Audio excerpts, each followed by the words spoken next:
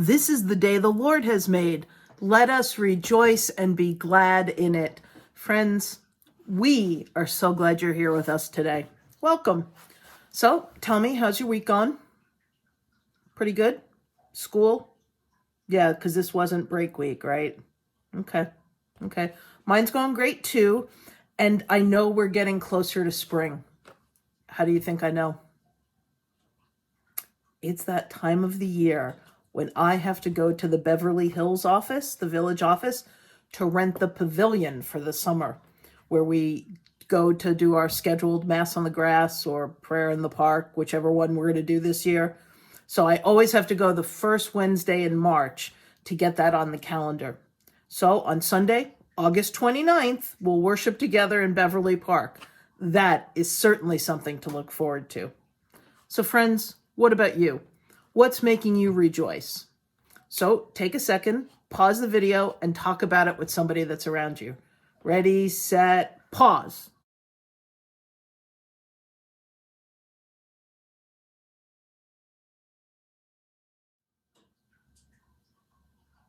And we're back. So friends, the theme for Lent is Reflections on the Heart. You have that packet that was mailed home. It should be in a purple envelope, so find that. And as we journey through this season of Lent together, we're going to ask one another what it is that our heart treasures.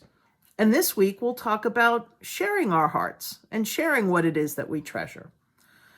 So we know that Jesus treasured his parents. Who were his parents?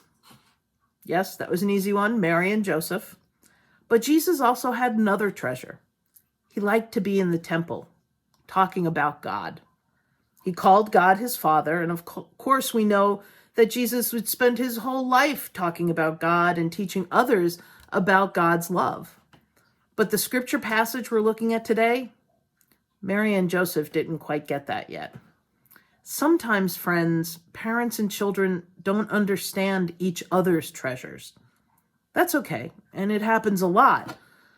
But by exploring today's gospel passage about treasures and matters of the heart, we'll reflect on what kind of treasures matter to us, why we store treasures, and the power that these treasures have in our lives. So let's do this week's scripture passage. It's from the Gospel of Luke, the 2nd chapter, verses 41 to 52. Listen for God speaking. Now, every year, his parents went to Jerusalem for the festival of the Passover. And when Jesus was 12 years old, they went up as usual for the festival. When the festival was ended and they started to return, the boy Jesus stayed behind in Jerusalem. But his parents did not know it. Assuming that he was somewhere in the group of travelers, they went a day's journey. Then they started to look for him among their relatives and friends. When they did not find him, they returned to Jerusalem to search for him. After 3 days, 3 days later, they found him in the temple, sitting among the teachers, listening to them and asking them questions. And all who heard Jesus were amazed at his understanding and his answers. And when his parents saw him, they were astonished. And his mother said to him, "Child, why have you treated us like this? Look, your father and I have been searching for you in great anxiety." And Jesus said to them, "Why were you searching for me? Did you not know that I must be in my Father's house?" But they did not understand what Jesus said to them. Then he went down with them and came to Nazareth and was obedient to them. His mother treasured all these things in her heart. And Jesus increased in wisdom and in years and in divine and human favor. Oh, friends, this is one of my favorite passages because it gives us this glimpse of teenage Jesus. Not thinking ahead, not realizing, of course, that his parents were going to be worried and scared when they realized that he wasn't with them anymore. I can imagine Mary saying, "Well, Joseph, he's with you, right?" And Joseph saying, "No, Mary, I thought he was with you. And she was like, no, seriously, don't joke around. This is not something you joke around about. And Joseph's saying, no, really, I don't have him. Is he with any of our other relatives? And looking for his friends. And is Jesus with you? No, we thought he was with his family. And they were so nervous and so anxious. And when they realized that he wasn't with them anymore, they started back and they searched everywhere.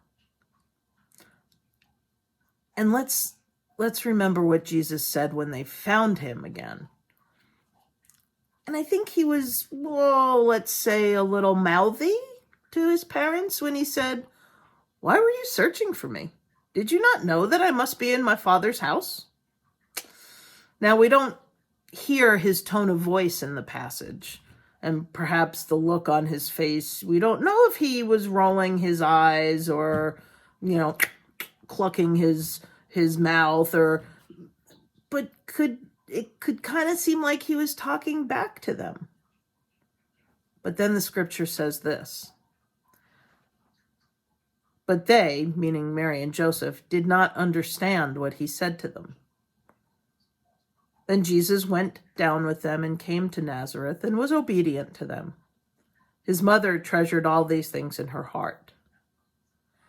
I have a funny feeling they had a conversation on the way back. They didn't understand, so I imagine that trip back home included many conversations with Jesus, trying to understand what Mary and Joseph treasured. They treasured his safety. Probably that was at the top of the list. And then Mary and Joseph trying to understand Jesus and what he treasured. Teaching in the temple, being able to hear and talk about God, the Father, his Father. Friends, during the season of Lent, we slow down and we try to figure out what is most important to us. And Jesus called those things treasures. And as I mentioned, sometimes our treasures can be seen and touched. We talked about that last week. Sometimes they are invisible. Jesus tells us when we find out where our heart is, then we name our treasures. Another way of saying it is, your treasures reveal what is important to you. So this Lent, we think about those treasures. We ask about what is most important to me and my heart, and then we explain them to others, especially the people that we live with, so that they can honor that. So when you live with someone, it's easy to assume that you know everything about them and how they think. But just as Mary and Joseph learned new things about Jesus, we can learn new things about each other. So I've created a curiosity seat here in the Undercroft. There it is.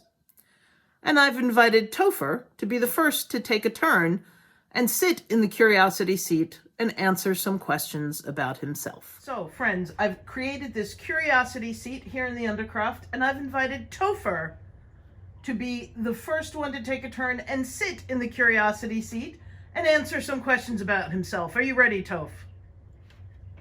Well, this is new.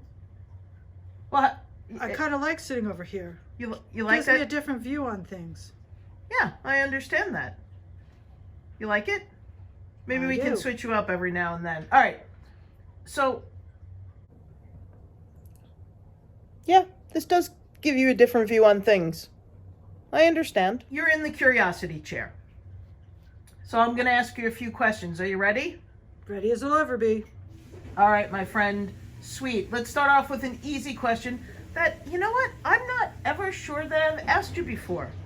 What's your favorite color? Orange. Isn't that everyone's favorite color? Well, yeah, it should be if it isn't. Hey, another question. Who's your favorite superhero? Batman. Batman. Batman. All right. Next question. What is the last thing you were excited about? I love going for car rides. It's been a while, though. Oh, yeah. We've had some fun ones, haven't we? We sure have. I remember one December.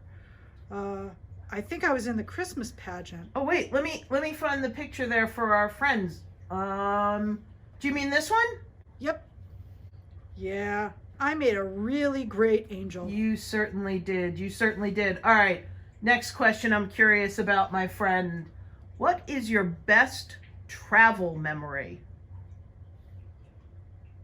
Oh. Going to Puerto Rico with you a few years ago. That was great. That was the life. The sun, the sand between my toes, the hammocks, poolside. I love to swim. Aren't you forgetting why we went to Puerto Rico in the first place? Oh yeah. Will and Daniela's wedding. That was epic. Okay, sweet. All right. I enjoyed that trip as well with you. I'm glad you were able to come with us. So, last question I'm curious about. If you could choose any activity that we could do all together tomorrow, what would it be?